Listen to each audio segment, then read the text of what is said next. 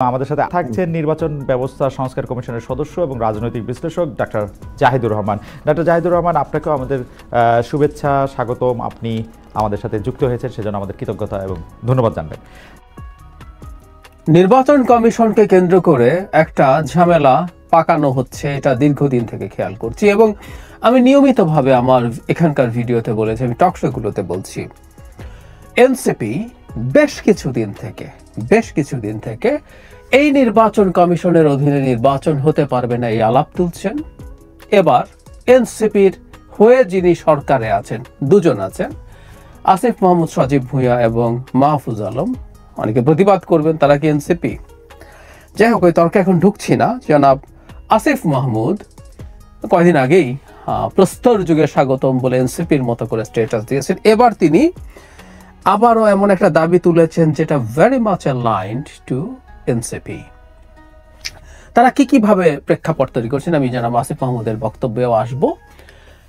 প্রথম তারা নির্বাচন কমিশনের বিরুদ্ধে অনাস্থা তুলেছেন যখন ঢাকার দক্ষিণের মেয়র ইস্যুতে নির্বাচন কমিশন কেন ইশরাক হোসেনের বিরুদ্ধে আপিল করেননি। আপিল করা ফরজ, আপিল করতেই হবে।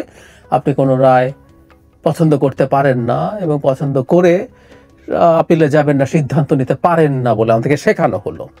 এবং আপিল ইশরাক জিতেছেন মামলায়, তার মানে আপিল হচ্ছে ইশরাকের বিরুদ্ধে, তার মানে সেই নির্বাচন কমিশন এবং জনাব তাপসের পক্ষে তারা ফাইট করবেন না, ইশরাক মেয়র নন, তাপস মেয়র, ইত্যাদি ইত্যাদি।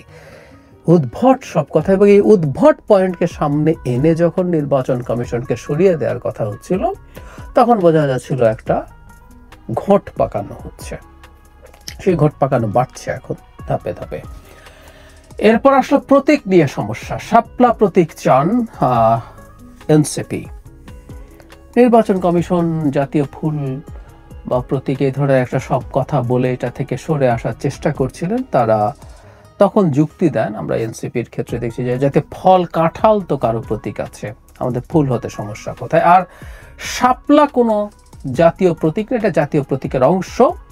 এবং এটাকে ভিত্তি করে জনাব সার্জিস আলম, আমার যদি ভুল না করে থাকি, তার স্ট্যাটাস নিয়ে নিউজ হয়েছিল। তিনি বলেছেন যদি প্রতীকের অংশ শাপলা, মানে জাতীয় প্রতীকের অংশ শাপলা যদি দলীয় প্রতীক হতে না পারে, তাহলে ধানের শীষও পারে না, কারণ জাতীয় প্রতীকের মধ্যে ধানের শীষও আছে। যদিও ধানের শীষ শাপলার মতো করে নেই, শাপলা একেবারে কেন্দ্রে আছে। কিন্তু আর্গুমেন্ট সেটা না, আমার কাছে আর্গুমেন্ট একটা ভিন্ন মনে হয়। সেটা হচ্ছে যেটা দেওয়া উচিত ছিল, বলা উচিত ছিল নির্বাচন কমিশনেরও। শাপলা প্রতীকটা এর আগে আরেকটা রাজনৈতিক দল নাগরিক ঐক্য চেয়েছিল। তাহলে প্রশ্ন আসতে পারে, নাগরিক ঐক্যকে না দিয়ে কেন এনসিপিকে দেয়া হবে? আমি তো বরং বলি, এনসিপিকে যদি শাপলা প্রতীক দেয়া হয়, সেটা এনসিপির জন্যই ভালো হবে না। যে সরকার, নির্বাচন কমিশন টেকনিক্যালি স্বাধীন, কিন্তু প্রশ্ন আসবে সরকার তাকে ইনফ্লুয়েন্স করে এনসিপিকে এটা দেয়াতে বাধ্য করেছে এবং এনসিপির যে কিংস পার্টি তকমা বা ইমেজ, সেটা অনেক বেশি এস্টাবলিশড হয়ে যায়। যাই হোক, এটা তারা পছন্দ করছেন না এবং সেটার জন্য তারা আন্দোলন করবেন, সেটার জন্য তারা চাপ দিয়ে যাবেন, সেটা বলেছেন। এটাও নির্বাচন কমিশনের প্রতি একটা অভিযোগের কারণেই তারা এই বাড়াবাড়িটা করছেন বলে আমি মনে করি। তারা বোঝেন না, জানেন না তা না, এখানে খুবই বুঝদার মানুষজন আছেন, বয়সে তরুণ হলেও এদের অনেকেই সব কিছু যুক্তি, তর্ক, বুদ্ধি তাদের এরকমই আছে, এটা না বোঝার কোনো কারণ নেই। এবার আরেকটা জিনিস সামনে আনা হলো এবং সেটা নিয়ে জনাব আসিফ মাহমুদও মাঠে নামলেন। সেটা হচ্ছে নৌকাকে কোনোভাবেই নির্বাচনী প্রতীকের তালিকায় রাখা যাবে না বলে বলছে। তারা বলছেন যে এটা একটা অভিশপ্ত মার্কা, তাই এটা রাখা যাবে না। এখন নৌকা নিয়ে যে যুক্তিটা নির্বাচন কমিশনের পক্ষ থেকে দেওয়া আছে, আমি এক্স্যাক্টলি পড়ি। আওয়ামী লীগের নিবন্ধন স্থগিত থাকলেও নৌকা প্রতীক তালিকায় বহাল থাকছে জানিয়ে নির্বাচন কমিশনার আব্দুর রহমানেল মাসুদ বলেছেন, প্রতীক কখনো নিষিদ্ধ হয় না। দল বিলোপ ঘোষণা করলেও প্রতীক সংরক্ষণে রাখা হয়, প্রতীকের মালিক নির্বাচন কমিশন। মানে বেসিকটা এরকম হচ্ছে যে আপনি যদি ইভেন আওয়ামী লীগ যদি নিষিদ্ধ হয়ে যায় বা তারা নিজেরা যদি তাদের দোকান বন্ধ করে দেয়, তাহলেও নৌকা থেকে যাবে। কাগজে কলমে নৌকা প্রতীকটা অন্য কেউ নেবে, এটা হচ্ছে তাদের বক্তব্য। এখন আসিফ মাহমুদ সজীব ভূঁইয়া তার ফেসবুকে তিনি এখন, আমি জানি না উনি সহসাই রিজাইন করে এনসিপিতে জয়েন করছেন কিনা, যদি জয়েন করেও থাকেন এই কাজগুলো করা আটার স্টুপিডিটি। মানে বাংলাদেশের এই সরকারকে নিয়ে ডক্টর ইউনূস ছেলে খেলা করেছেন, কিছু বালককে বসে বালখিল্য করাচ্ছেন। মানে উনি যদি ওই দলে যানও, সরকারে বসে এই কাজগুলো করা কোনোভাবেই তাদের লিস্ট কোনো বুদ্ধি বা কমন সেন্সেরও পরিচয়ক না। উনি লিখছেন ফেসবুকে, ভেরিফাইড ফেসবুকে তিনি লিখছেন, অভিশপ্ত নৌকা মার্কাকে আপনারা কোন বিবেচনায় আবার শিডিউলভুক্ত করতে আইন মন্ত্রণালয়ে পাঠালেন? সাংবিধানিক প্রতিষ্ঠান হিসেবে এই গণঅভ্যুত্থানকে আপনারা জাস্ট বৃদ্ধাঙ্গুলি দেখালেন। কাদের এজেন্ডা বাস্তবায়ন করতে এবং কাদের দেওয়ার জন্য এই মার্কা রাখছেন আপনারা? পরাচিতদের স্বপ্নের রিফাইন্ড আওয়ামী লীগকে তাদের মার্কা ফিরিয়ে দিতে চান? বাংলাদেশের একজন নাগরিক হিসেবে নির্বাচন কমিশনের প্রতি প্রশ্ন রইল। নাগরিক হিসাবে সরকারের একজন মন্ত্রী পদমর্যাদার উপদেষ্টা এগুলো করতে পারেন না, এটা মনে রাখা দরকার আছে। আর একটা স্বাধীন সাংবিধানিক প্রতিষ্ঠান কমিশন, যেটা হাসিনার কমিশন না, মজাটা হচ্ছে এই জায়গায় এই কমিশনটা ডক্টর ইউনূসের নিযুক্ত কমিশন, সেই কমিশনকে এই ধরনের প্রশ্নবিদ্ধ করা হয়েছে। মানে নৌকা রাখলেই সেটা আওয়ামী লীগকে আনার জন্য নাও হতে পারে, এটার কোনো কারণ নেই। নির্বাচন কমিশন তার ব্যাখ্যা দিয়েছে। তবে হ্যাঁ, তারা আওয়ামী লীগের একটা জুজুর ভয় দেখাচ্ছেন, আমি কারণটাও জানি। আওয়ামী লীগকে নিষিদ্ধ করার পেছনে যে ঠিক আওয়ামী লীগ বিভৎস সব পাপ করেছে তা না, এগুলো সব রাজনৈতিক হিসাব নিকাশ। আওয়ামী লীগ মাঠে থাকলে এনসিপির আর গুরুত্ব থাকে না, জামায়াতেরও আর গুরুত্ব থাকে না। টেকনিক্যালি বলছি, আওয়ামী লীগ যদি কোনো রকমের নির্বাচনে আসতে পারে, এখনো আওয়ামী লীগের এটা খুবই দুঃখজনক। আমাদের দেশের মানুষের এটাকে আমার অসভ্যতা মনে হয় যে এখনো 20% মানুষ আমার বিবেচনায় আওয়ামী লীগের হার্ডকোর সাপোর্টার্স আছে। 20% যদি হয়, আমার বিবেচনায় জামায়াতের সমর্থন পপুলার ভোটের ক্ষেত্রে সর্বোচ্চ 10%, মানে জামায়াতেরও দ্বিগুণ সমর্থন এখনো আছে আওয়ামী লীগের। আর এনসিপি ইজ নট টেস্টেড, তাদের উত্তরাঞ্চলে যেসব সফর হয়েছে তাতে লোক সমাগম হয়েছে। আমি ঠিক জানি না এরা কারা, কিভাবে আসছেন, এগুলো ভোটে ট্রান্সলেটেড হওয়ার আগে আসলে জনসমাগম বা এরকম মানুষজনকে দেখে ডিসাইড করা যাবে না তাদের সমর্থন আসলে ঠিক কোন পর্যায়ে আছে। সুতরাং এনসিপিকে আমরা হিসাবের বাইরেই রাখি। আমি প্রায় বলি এনসিপির আসলে কিছু মানুষজন এখানে আছে বলে আমরা এনসিপিকে পাত্তা টাত্তা দিই, আদারওয়াইজ একটা দল নির্বাচনে যায় নাই, তার কোনো রকম কোনো হিস্ট্রি নাই, সে কত ভোট পাবে কোনো ঠিক ঠিকানা নাই, আদারওয়াইজ তাদের আসলে এই পাত্তা টাত্তা দেওয়ার কথা ছিল না।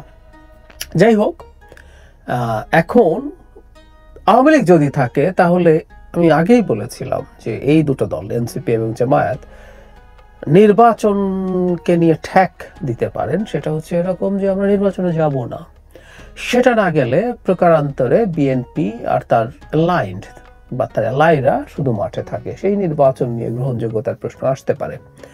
সেই কারণে আমি মনে করি যে তারা এই ধরনের জুজুর ভয়ে ভুগছেন যে নৌকা থাকলে আবার আওয়ামী লীগ ফেরত আসে কিনা। কাগজে কলমে বলছে আওয়ামী লীগ যদি ফেরত আসে, তাদের তো আসলে খুবই বড় রাজনৈতিক সমস্যা আছে। এটা আওয়ামী লীগ বিভৎসতম পাপ করেছে সেটা না, এখন সব মাঠে সব রাজনৈতিক খেলা হচ্ছে, এর বাইরে কিছু আসলে না। কারণ তখন এনসিপি হয়নি, জাতীয় নাগরিক কমিটি আওয়ামী লীগের কাউন্সিলরদেরকে নিয়ে বৈঠক টৈঠক করে যারা কম পাপ করেছে তাদেরকে নিয়ে আসতে হবে, তবে বলেন নাই, বলেছেন তারাই এখন এনসিপি করেন, আমাদের সামনে সব রেকর্ড আছে। সুতরাং আমরা বুঝতে পারি এগুলো আসলে রাজনীতি, এর মধ্যে সদিচ্ছা বা গভীর ইচ্ছা এগুলো কিছু না। বিশেষ করে কোনো রাজনৈতিক দল যখন কোনো কিছু নিয়ে মাঠে নামে, সেটা যৌক্তিক এবং সহি বিষয় হলেও তার সাথে মধ্যে রাজনীতি থাকে। ফলে যে কথাটা বলছিলাম, সবকিছু একত্র করে এখন নির্বাচন কমিশনকে প্রশ্নবিদ্ধ করার চেষ্টা করা হচ্ছে, নির্বাচন কমিশনকে একটা ঝামেলা পাকানোর চেষ্টা করা হচ্ছে। বহুবার বলেছি, বাংলাদেশের নির্বাচন কমিশনে যদি সবকিছু হতো, তারাই যদি নির্বাচন করতো, তাহলে তো হাসিনা ঠিক ছিল। যারা নির্বাচন কমিশনকে সব বলেন, এনসিপি বলুক, আসিফ মাহমুদ বলুক, তারা শেখ হাসিনার মতো কথা বলেন। আই রিপিট, তারা শেখ হাসিনার মতো কথা বলেন। শেখ হাসিনা এই কথা আমাদেরকে বহু বছর শুনিয়েছেন। আসিফ মাহমুদ সহ অন্যান্য এনসিপি নেতারা তো অনেক ছোট ছিলেন। আমরা সেই 11 সাল থেকে, বিশেষ করে যখন তত্ত্বাবধায়ক সরকার বাতিল করা হয়, তখন থেকে অ্যাক্টিভিজম করি।